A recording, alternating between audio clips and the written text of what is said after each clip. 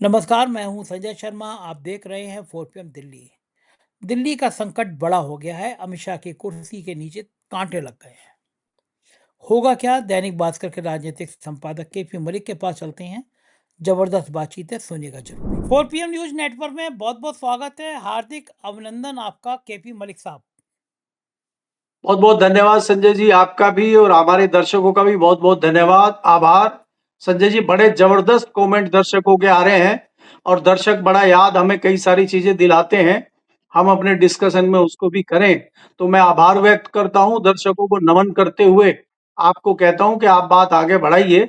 आज कई आपकी दिलचस्प खबरें आपको आपको हिचकी आई या नहीं आई मुझे पता नहीं। सिडनी में हूँ मैं, और मैं मतलब भगवान जी का हजार गुना शुक्रिया और हमारे चाहने वालों का हजार लाख गुना शुक्रिया। मतलब लाइन लगी हुई है सिडनी में कि लंच हमारे यहाँ करिए, डिनर हमारे यहाँ करिए। और इंडियन ओवरसीज कांग्रेस ने एक फंक्शन रख दिया मेरे उसमें। ये आप जो पोस्टर देख रहे हैं अभी, और ये एक फंक्शन रखा था। कल या परसों मैं इसका वीडियो जारी करूँगा। तो जो लोग मुझसे बार बार फ़ोन करके मिलने को कह रहे थे, मैंने कहा आप यहीं आ जाइए। तो वहाँ पे लोग ज़िक्र कर रहे थे केपी मलिक का, और आपका केपी मलिक साहब का आपका बड़ा बढ़िया लगता है कल का बातचीत। तो मुझे इतना हैरान था मलिक साहब कि हम्म, मुझे लगता था कि 4 PM को देश में लोग प्यार करते हैं, लेकिन 7 समुंदर पार सिडनी के अंदर मैंने ये बताया। उन्होंने मुझसे पूछा कि देश की हालत क्या है। मुझसे सवाल जवाब किए। इतनी ठंड में वहाँ बड़ी संख्या में लोग जुटे थे। बहुत शानदार डिनर मेरे सम्मान में उन्होंने दिया। और मज़े की बात है, मेरे जोशी राजीव नारायण शर्मा भी आ गए थे अपनी बिटिया के पास, तो वो भी मेरे संग गए थे आज। तो हम 2 विलेन जी। एक साथ वहाँ पे मौजूद थे, और सवाल जवाब भी मैंने किए। और मैंने उनसे शुरुआत यहाँ से की। मैंने कहा मैं यहाँ बोल रहा हूँ तो भक्त लोग तुल जाएँगे कि मैं भारत के खिलाफ जाके विदेश में धरती है बोल रहा हूँ। मैंने कहा ये नहीं तो भूल बिल जाते आ हैं रहा कि है ना जब मैं आपके खिलाफ, एफसीआरए बिल, इसीलिए तो साफ साफ ला रहे हैं आप जैसे लोगों के लिए जो आप विदेश में मजे कर रहे हैं। ये बात तो सही है, मज़े तो कर रहा हूँ, इसमें तो कोई दो राय नहीं, बहुत मज़े कर रहा हूँ। तो वो जो है, मैंने उनसे कहा कि मैंने कहा भक्त लोग कहेंगे कि विदेश में जाके बुराई कर रहे हो। ये नहीं जानते जो मैं लखनऊ में बोलूँगा वो ऑस्ट्रेलिया में देखा जाएगा, अमेरिका में देखा जाएगा। आजकल तो पूरी दुनिया गोल हो गई है। तो वहाँ भी आपकी ज़िक्र हो रही थी। चलिए, मैं उसका एक पूरा प्रोग्राम बहुत जल्दी अपने दर्शकों को दिखाऊँगा कि सिडनी के लोग कितना प्यार कर रहे थे, और कैसे-कैसे ओवरसीज़ फंक्शन में लोगों के मन में भारत को लेके क्या धारणा थी। विश्व गुरु की पोल पट्टी कैसे खुली इस फंक्शन में, सब बताऊँगा आपको मैं। 1-2 दिन का मौका दीजिए। उस प्रोग्राम की एडिटिंग हो रही है और मैं आपको दिखाऊँगा। मलिक साहब, शुरुआत करते हैं बातचीत की। मेरे मन की गंगा तेरे मन की यमुना का बोल राधा बोल संगम होगा नहीं। आपने कल कहा था कि मंगल मिलन हो रहा है, होली मिलन हो जाए, कोई और मिलन हो जाए। मुझे तो पता नहीं आप कौन-कौन से मिलन कराने के मूड में हैं, लेकिन असली मिलन होने से पहले तो रायता बिखर गया है। लोग कह रहे थे कि परसिमन बिल आएगा, विपक्ष टूट जाएगा, ये पार्टी टूट जाएगी, वो पार्टी टूट जाएगी। अब तो दिल्ली के गलियारों में चर्चा ये हो रही है कि अगर कांग्रेस ने कह दिया कि सरकार के खिलाफ विद्रोह है, छात्रों नौजवानों पर चली लाठियां, चली आंसू गैस के गोले, बिहार में चली AK-47 की गोली ने देश का माहौल बदल दिया है। जैन जी, जैन अल्फा के पिता माता पिता पे दबाव बन गया है कि वो विरोध करें अपने सांसदों का। लोग डर रहे हैं, अगर कांग्रेस ने कह दिया कि सरकार बहुमत में नहीं है, तो ये जो 350-400 पार का सपना देख रहे थे, कहीं 272 के लाले ना पड़ जाएं। सरकार से छोड़ के भागने वालों की संख्या बढ़ सकती है। नीतीश कुमार, चंद्रबाबू नायडू और बाकी लोग भी समझ रहे हैं कि जैन जी और जैन अल्फा का आंदोलन सरकार की कब्र बन गया है। पूरे देश में, ऑस्ट्रेलिया में मैंने देखा, यहाँ के नौजवानों में गुस्सा देखा। यानी पूरी दुनिया में सरकार के खिलाफ, पेपर लीक नकल के खिलाफ माहौल बन गया है। क्या लग रहा है कि आपके पास खबरें बहुत रहती हैं कि वाकई में ये बात सही है कि सरकार अगर वोटिंग पे आ गई तो सरकार गिर सकती है? ऐसी कोई चर्चा, ऐसी कोई संभावना? संजय जी, देखिए, जिस प्रकार से आपने आशंका जाहिर की है इसमें कोई दो राय नहीं है कि बहुत सारे सांसद अभी ऊहापोह की स्थिति में हैं। मंगल मिलन हुआ आज पार्लियामेंट में, और मंगल मिलन तिरंगे के साथ हुआ आज, क्योंकि 15 अगस्त सामने है और महामानव को लाल किले पे जाने का इस साल भी मौका मिल गया है, तो बड़ी खुशी चेहरे पे थी।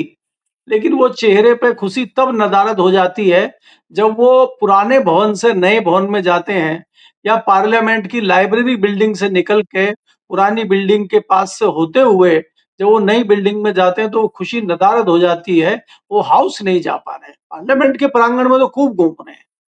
तो हमने तो कहा ही था, आपको याद है कि भाई जब होली मिलन चल रहा है, मंगल मिलन चल रहा है, तो होली मिलन, दिवाली मिलन और आज शिवरात्रि मिलन भी कर लेते तो अच्छा रहता।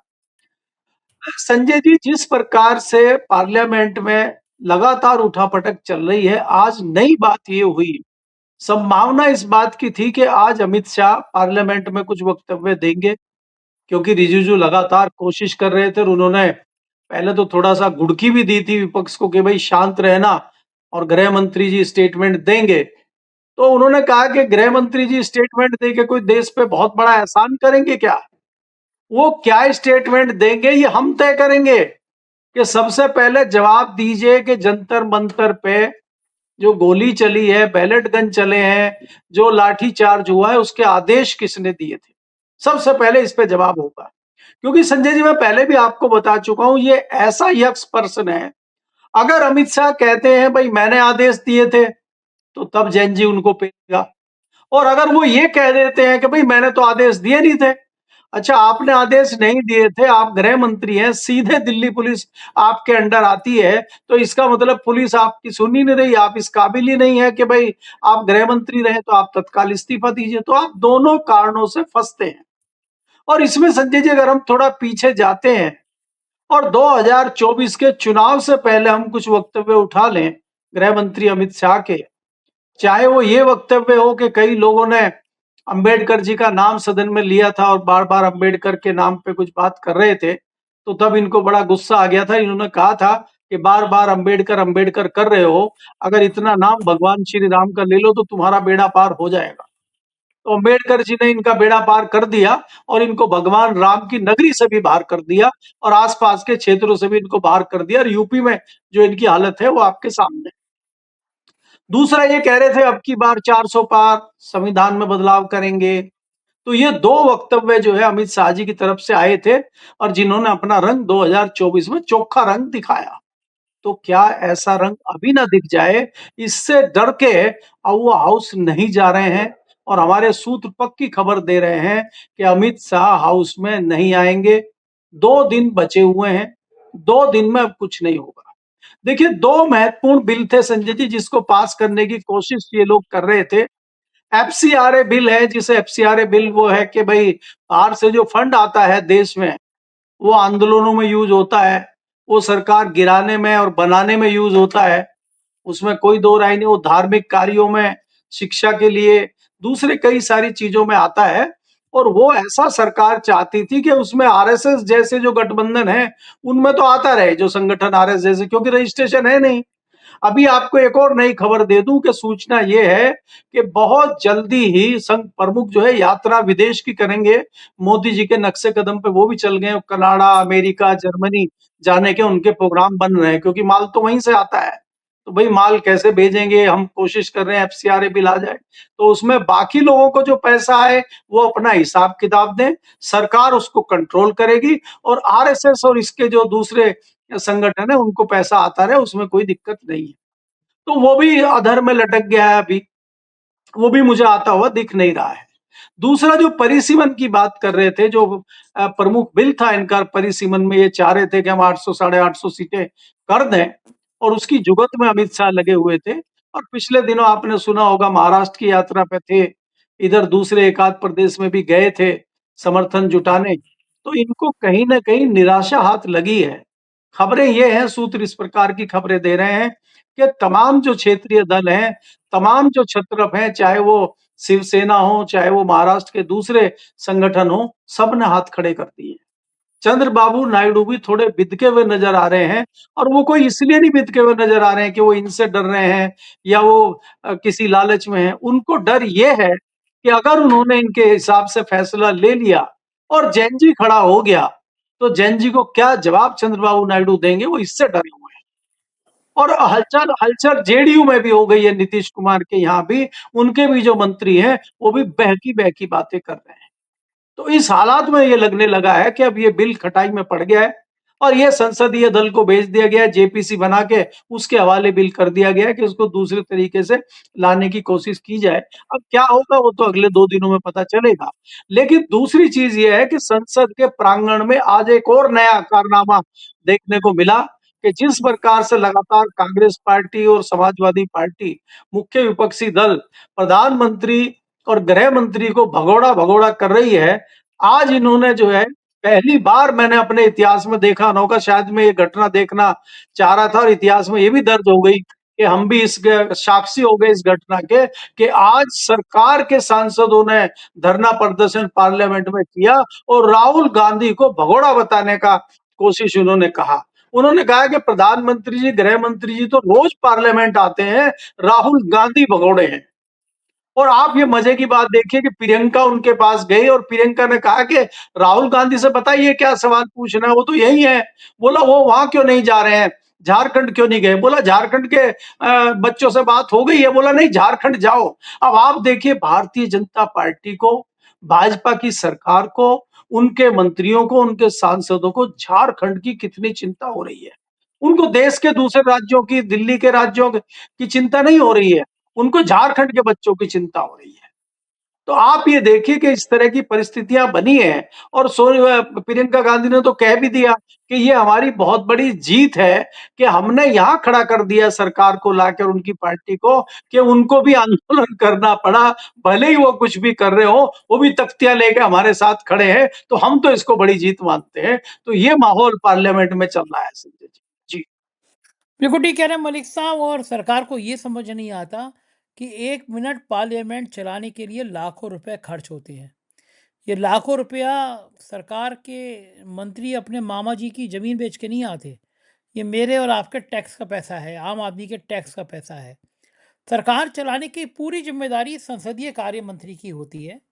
एक बार अरुण जेटली और सुषमा स्वराज का किस्सा याद होगा, जब हंगामा हो रहा था, उन्होंने कहा कि विपक्ष का काम यही होता है, ज़िम्मेदारी तो सरकार की है, संसदीय कार्य मंत्री की है। तो अब वो ज़िम्मेदारी कहाँ चली गई? अब वो सरकार क्यों नहीं चला पा रहे? पहली बार हो रहा है, किरण रिज्जू हंगामा कर दे रहे हैं। बीजेपी के एमपी संसद में नारेबाजी कर रहे हैं, धरना दे रहे हैं। मतलब ये तो हुआ कि केपी मलिक जी नाराज़ हो गए, तो घर पे बैठ गए कि आज जो है वो मैं भूख हड़ताल पर बैठा हूँ, घर वालों के खिलाफ बैठा हूँ। अपने ही घर में अपने ही घर वालों के खिलाफ बैठ जाएँ। ये तो कुछ कुछ वैसा हुआ। इन्हें समझ नहीं आ रहा है, इन्हें मति भ्रम हो गया है क्या? मलिक साहब, क्या लग रहा है आपको?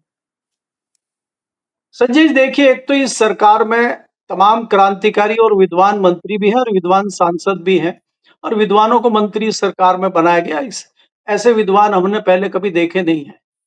आपके बिहार के एक जो है कपड़ा मंत्री हैं, उन्होंने ट्वीट किया, राहुल गांधी किसी विदेशी परिवार के साथ, अपने किसी मित्र के परिवार के साथ बोट में जा रहे हैं, पूछ रहे हैं राहुल गांधी ये तस्वीर किसकी है? ये पूछ रहा है। कपड़ा 3 बार का मंत्री, केंद्रीय मंत्री राहुल गांधी से सवाल पूछ रहा है और जो छींचा लेदर हुई है इसमें, कांग्रेस के लोगों ने जवाब दिया, दूसरे दूसरे लोगों ने जवाब दिया। अमेरिका के एक व्यक्ति का मैंने उस पे ट्वीट पे देखा, उसने कहा ये मेरे मित्र के बच्चे हैं, मेरे मित्र की पत्नी है और राहुल गांधी भी उस बोट में हमारे साथ बैठे हैं।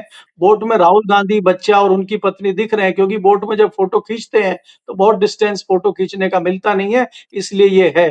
इससे आपकी मानसिकता झलकती है कि आप कितने बड़े मंत्री हैं और क्या सवाल आप पूछ रहे हैं। तो इनकी छीछा लेदर में कोई कमी नहीं है। बात ये है कि जो जिस प्रकार से मंत्री और संतरी व्यवहार कर रहे हैं, वो ये जताता है कि भारतीय जनता पार्टी के पास अब ज़्यादा कुछ कहने को बचा नहीं है। दूसरा जो आपने सवाल किया है कि अब क्या परिस्थितियाँ देश में बन रही हैं, क्या हो रहा है? संजय जी देखने वाली बात ये है कि जेन ज़ी जाग चुका है और भारतीय जनता पार्टी के तमाम मंत्री, प्रधानमंत्री, गृह मंत्री इस बात को समझ चुके हैं और इनको समझ नहीं आ रहा है अभी क्या किया जाए। आज इंडियन एक्सप्रेस में सोनिया गांधी ने एक आर्टिकल लिखा है। आप ये देखिए कि मनमोहन सिंह के ऊपर कोल घोटाला, 2G घोटाले के तमाम आरोप लगे और उसी कोल घोटाले में बाइज्जत बरी उनको किया गया। और आप याद करिए 2012, 2013 और 14 तक आते-आते क्या छवि बनाई गई थी प्रधानमंत्री मोदी जी की, विकास पुरुष, और उनकी एक दब्बू प्रधानमंत्री, ना बोलने वाले प्रधानमंत्री, नाकारा प्रधानमंत्री की छवि बनाई गई थी, छवि घड़ी गई थी। और उसमें कांग्रेस के लोग उसको जो है ठीक तरीके से नहीं प्रस्तुत उस टाइम कर पाए, क्योंकि मुझे लगता है कि जब कांग्रेस कोई भी सरकार, कोई भी पार्टी की सरकार होती है, तो वो दल थोड़ा-सा गलतफ़हमी में रहता है, तो शायद कांग्रेस भी उस टाइम मत में रही होगी और उसने इतना ध्यान नहीं दिया और छवि इस तरह की बन गई।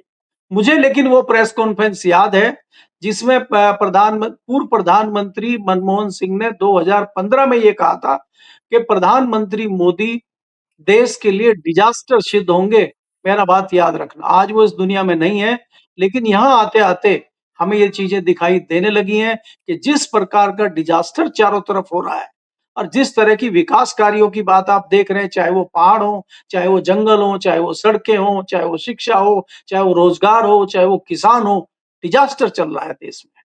लेकिन सरकार अभी भी बम-बम है।